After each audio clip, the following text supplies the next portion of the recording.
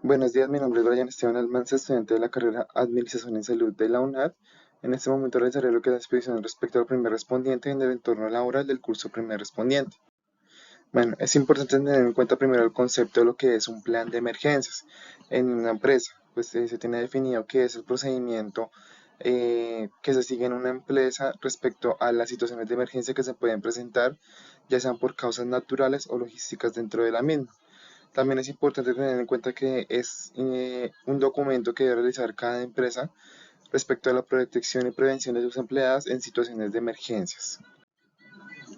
Tenemos como objetivos, primero, conocer el centro de trabajo y las instalaciones para que de esta forma se pueda llevar a cabo el plan de emergencias y crear medidas de seguridad tanto para los empleados como para la logística empresarial.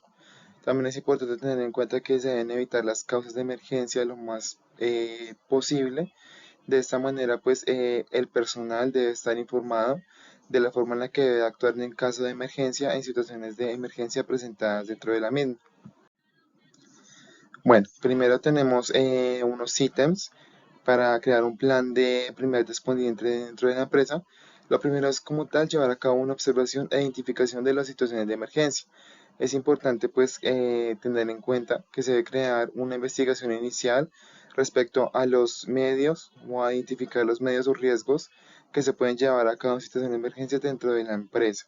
Para esto, primero se debe identificar como tal la instalación, como tal desplazamientos, accesos de las empresas. También es importante que se debe tener en cuenta que se deben describir las áreas de trabajo, cuáles son las áreas con más riesgo de acuerdo a su ubicación y los riesgos que se pueden presentar de acuerdo a las ubicaciones o a los medios que tienen estas implantadas, ya sean como las instalaciones de agua, de gas, de equipo u otros medios que puedan generar algún tipo de situación de emergencia. También es importante tener en cuenta pues la ubicación de cada persona dentro de la empresa, sus horarios laborales, para de esta manera llevar a cabo un plan de emergencia. Bueno, existen cuatro medios por los cuales se pueden llevar a unas causas de emergencias, que es de pronto primero de la propia actividad, como son incendios, explosiones, fugas, derrames o algún tipo de derrame líquido en empresas que son netamente operativas. También se pueden llevar a cabo dentro del entorno tecnológico, que son como industrias anexas, de construcción, accidentes de tráfico dentro de la misma empresa. También pueden presentarse situaciones dentro del entorno laboral como son inundaciones, rayos, incendios, nevadas, situaciones que no se pueden prevenir. Y también tenemos las situaciones de entorno social, que son las huelgas, sabotajes, atracos, atentados, incendios provocados. También se debe llevar a cabo una evaluación de la gravedad de emergencia. Esto pues es importante tener en cuenta que existen diversos métodos para evaluar estas situaciones de emergencias dependiendo de cada tipo de riesgo de la misma.